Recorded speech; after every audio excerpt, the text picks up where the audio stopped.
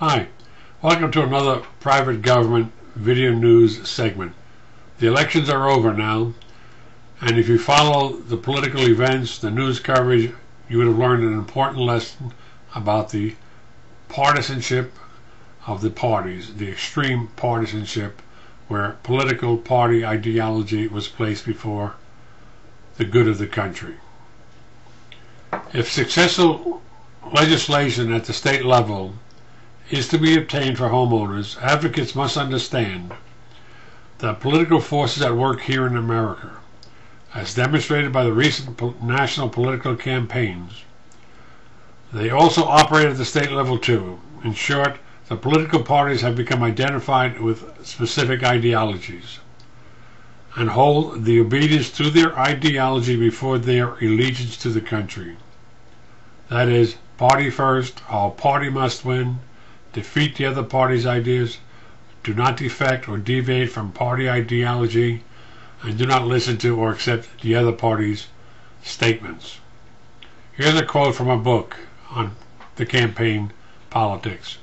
Quote, "The political system has evolved to a point where the vast majority of elected officials in each party feel comfortable only in advancing ideas acceptable to their core supporters, their base." This information was taken from this book, The Second Civil War by Bronstein. Very effective book. As related to HOA issues, under the influence of the special interest and misguided public interest organizations on both sides, very little has been done to help the homeowner. Let's recall the Arizona Goldwater Institute's position on SB 1162 that attempted to level the litigation playing field. They opposed it on the grounds of government interference, contractual interference. Well, my friends, the government allowed the contract interference to begin with by setting up state statutes that are pro-homeowner association and allow these adhesive onerous contracts to exist.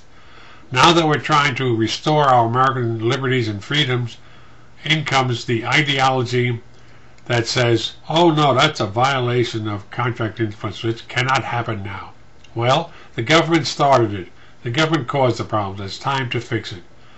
Just like with the mortgage problems, the laissez-faire unaccountability of mortgage companies and the homeowner associations in our regard has forced the White House to turn around and deviate from their ideology without saying it was wrong and impose regulation. The same regulation must be imposed on homeowner associations.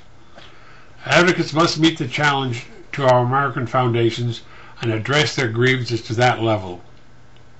You cannot get anywhere with the arguments that it is not nice to require homeowners to do such and such, but must show that it is fundamentally wrong to permit such CC&Rs and restrictions. The political party leadership must be shown that their positions are not what the people want and that they are not good for America.